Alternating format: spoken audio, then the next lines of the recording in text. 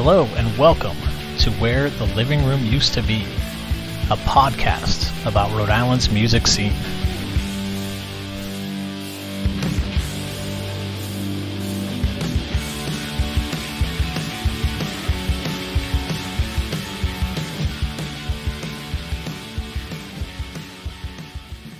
Hey everyone, it's James.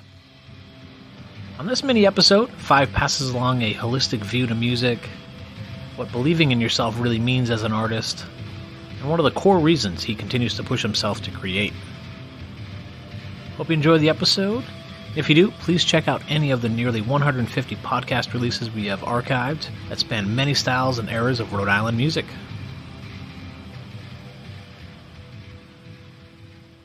Five, I wanted to ask you, you've done a lot of things, worked with a lot of different producers and, been featured on a lot of stuff, had a lot of people featured on your stuff. Is there a piece of music advice that you've learned from any of these people or any type of mentor or anything like that that resonated with you that you would like to pass along to someone? Yeah. I think the best advice I've ever gotten, man, is everything matters. And it's from a gentleman named Flawless, real talk. Yeah. And that was what he told me. Everything matters, whether it's every venue you do, every contest you enter, every room you step into and spit, every venue you go to and don't spit, everything matters. It all matters. There's always a set of eyeballs on you. You know what I mean? So I think some of the best advice I've gotten, maybe not musically that has applied musically, is dress for the job you want versus the job you have. And I don't mean dress as in clothes. I mean, play the part. You know what I mean? Mm-hmm. Treat yourself like a business, and others will too. Mm-hmm. But I think everything matters is the one where, I told you before, being 20 years old, I walk into a room full of 10 people and I'm like, come on, I'm gonna spit for 10 people. This is stupid. No, it matters. It matters because one person, all it takes is one. With the right timing for a post, all it takes is one person to hear it. So everything matters. That's the best advice I've ever gotten. Yeah.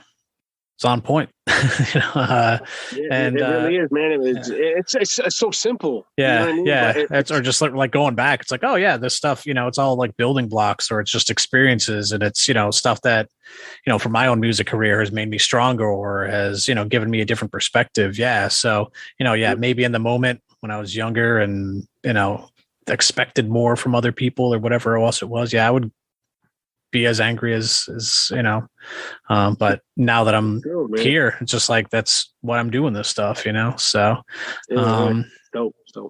But we talked a lot in in the full interview, and you're in your studio now, you've built this up, you built this business, you built up, it ain't the world but a small world, man. So with that, is there something that you've learned from your own experience of going through all this stuff, of learned in terms of like best advice I can give? Is there something that you learned from like your own experience of recording and doing these showcases, doing these challenges, building up your social media network, like all of those things? Like, is there a piece of advice like from you doing the work that you would then kind of pass along? Yeah, I would say if you don't believe in yourself, then nobody else should. Mm-hmm. So that's number one. No matter what lane you pick, no matter what lane attracts you, believe in yourself first and foremost. And another piece of advice I would give is you don't need local support to get where you want to go.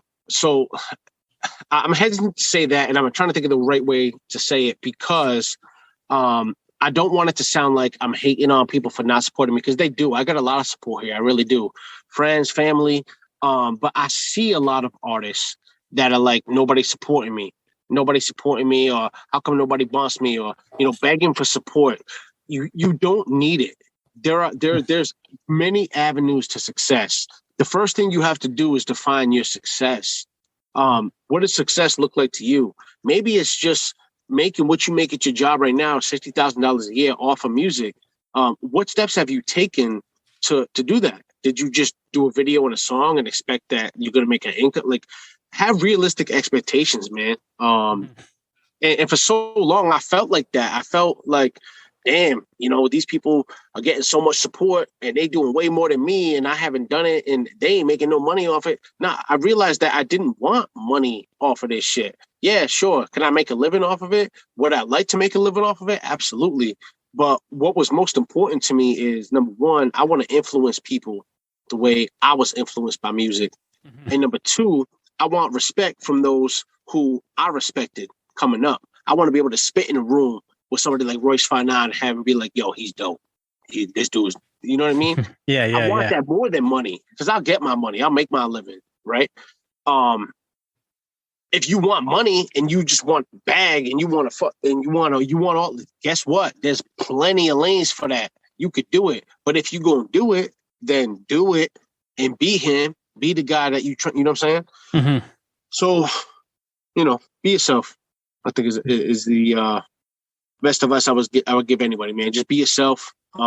Believe in yourself, and you don't need the support you think you need to get where you want to go. Yeah. No, I mean, I'm here and we've just been able to see it a lot more now. Like, and you kind of alluded to it earlier too, with just like the world we live in now. It's much different than, when I first started coming up with music, where it was just like, oh no, you actually do need to have a record label to get your music into any kind of stores or any type of distribution. Right. You need to have all this other stuff aligned. And I mean, there's people I've talked to that, they do okay here in Rhode Island, but they're a lot bigger in Europe. They sold a lot more records in Europe, or they're doing, I could go to Canada, dude, and I could sell. I would say sell out a show, right? I ain't gonna go sell out the Toronto Raptors stadium, but like I could get more people at a show in Canada than I could here, right? And for what? I don't know. I don't know. Maybe everywhere's like a different genre too, though. You know what I mean? Like, that's just how it goes, man. So I love the state. I love the support. I appreciate anybody that supports me. With that being said, I don't want to make it sound like I'm hating on if you ain't support, because I'm not that guy. No. You either support it, you don't. But this train's leaving. You know what I'm saying? Yeah. And I was just bringing it up just that we can look more broadly, that there's other ways of doing this stuff. We kind of just get out there and just do it and not be stifled by this stuff, Right. Thanks. Yep. And just, one more question for this segment. I'm always curious, and this could be musically or just in life, but like what inspires you? Legacy is the first word that comes to mind. Existing beyond your existence. One thing, admittedly, that I don't deal with, and I don't think anybody does, but one thing that I struggle with is death. And I've seen a lot of loved ones pass on, and it's just like, yo, they're not here no more. Once the light goes out, what happens? And I think there's been a lot of great people that leave a legacy behind in doing what they do best. For example, Stuart Scott, right? I grew up on Stuart Scott and ESPN and a big sports dude. This was a dude where, like, when I found out he died, it was a couple of days after like New Year's, and I was like shedding a tear. And like my wife walked in the room, she's like, "What happened?" I'm like, "Stuart Scott died," and she didn't get it. But like for me, this dude innovated and gave content that was worth watching and just laughing, and like, moments, man, moments are everything.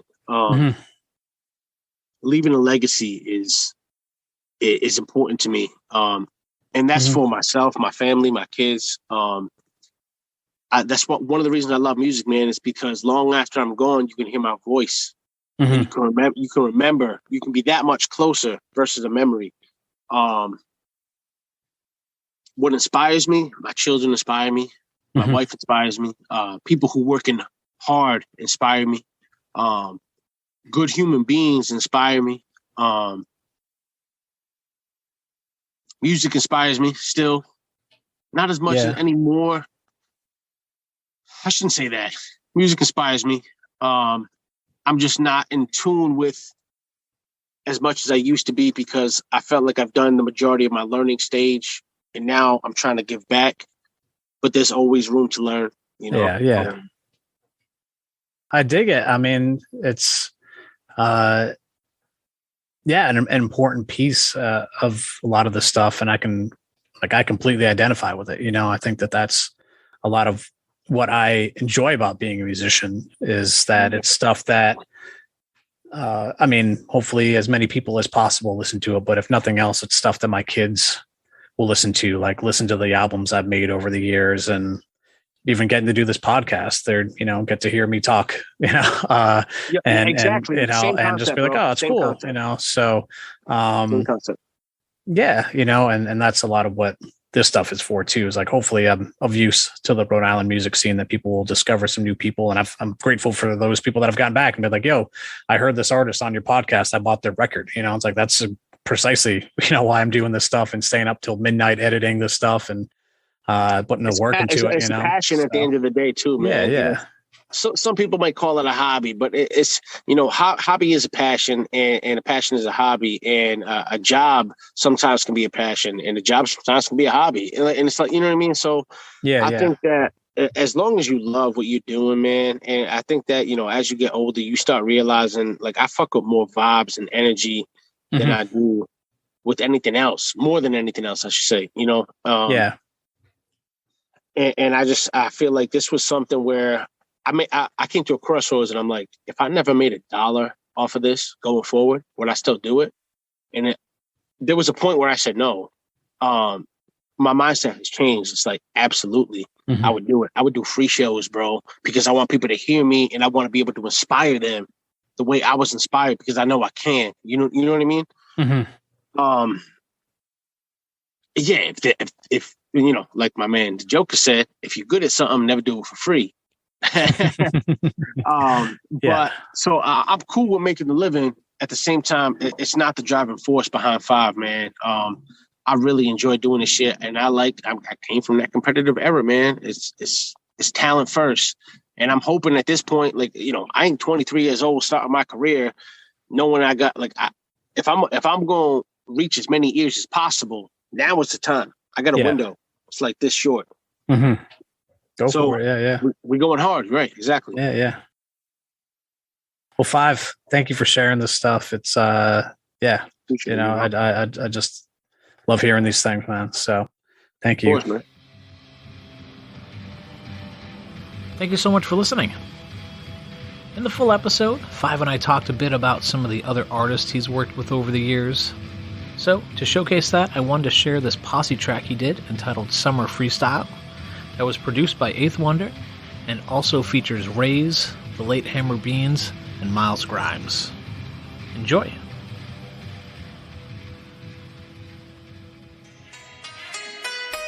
What up? See, I don't follow lead, nigga, lead, follow me. Blowing sticky to be particular sour D's. From a city with bitches tricking like Halloween, but they never get $1 out of me or overpower me. Make a coward bleed, stick 'em like a Apollo Creed. All of my niggas are thicker than quarter pound of cheese. So if you talking that shit, you know we down to beef. Throw 'em in the ocean, they can sleep surrounded by the reef.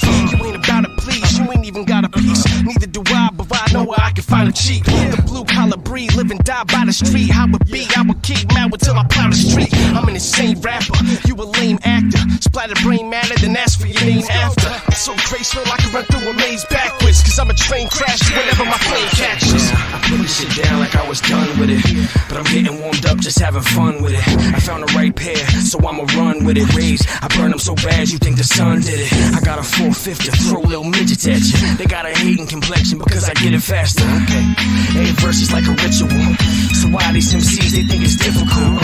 I double up no matter who I pitch it to. Habitual to hit the club real quick and pull a picture to. Shining, paid, clear, visible expression on your faces. Miserable, I'm here now, and I ain't care if they like me. Step, I bet I shoot the air out your Nike. Yep, Mr. Blocker, knock the rocker off your wear. To get them doctors to repair it, just to prop you in a chair. I got shooters in the ER that'll pop you up in there. I said money make the world move, young and listen here. The money ain't flowing, that ain't what they wanna hear. So you better get your mask, you better get your gear. If you have to do them dirty, tell them life ain't fair. I was living in the mountain with the cougars and the bears. Yeah, I'm so so sick I need dialysis. Now watch the lines roar, cause paralysis. I'm still on my game, I can't slip. Heavy metal, turn your rip to twisted metal on the strip. It's Hammer the Kid, icy neck, bezel on the wrist. Got to get a broken nose job, a fracture to the ribs. The ribs open up for being wise and not a bag of chips. Get on my level, I ain't Wizzy Kid, but I'm a witch with this. Get a brick, hit the trap house and rip it till it's stiff. Shit, I'm just a chemist breaking bad, trying to make a flip. My network, like the internet when I be on the dish. Comes to extra leftovers, I just give it to the fish. It's the ocean state, nigga, and I get it by the ship. 4-1, can't swim, and your shot baked to them. Call me Hammerhead fifth, take a portion when I spit. I'm a leader, you non-believers should follow like a twit. I don't jip to my clip deceiving the knowledge what I give. I'm a boss who falls the fraudulent as a bitch. I'm a beast when I rhyme, people love my bars. It's guaranteed that I'ma eat shit, I ain't gonna starve. I'm hungry somewhere till I make it and become a star. With a couple cars in the garage, I'ma hustle hard. Miles Grimes is something you dummies don't wanna cross, cause he can tell that you wanna be thugs and butter soft. If throne was bowling, y'all'll be throwing gutter balls. We holding the throne and never roll with a funny squad. See, my family's something I refuse to double cross. Y'all ain't actually flipping out, you doing somersaults. You the type to get punched in the nose and run to the post with blood on your clothes and 911 on your phone. Now you snitching to the fuzz cause dudes are lumping your dome. So how you figure you a thug? You never bumping the chrome. You prefer to talk about all of these guns when you know that the only burners in your house are the ones in your stove. Fuck out of here.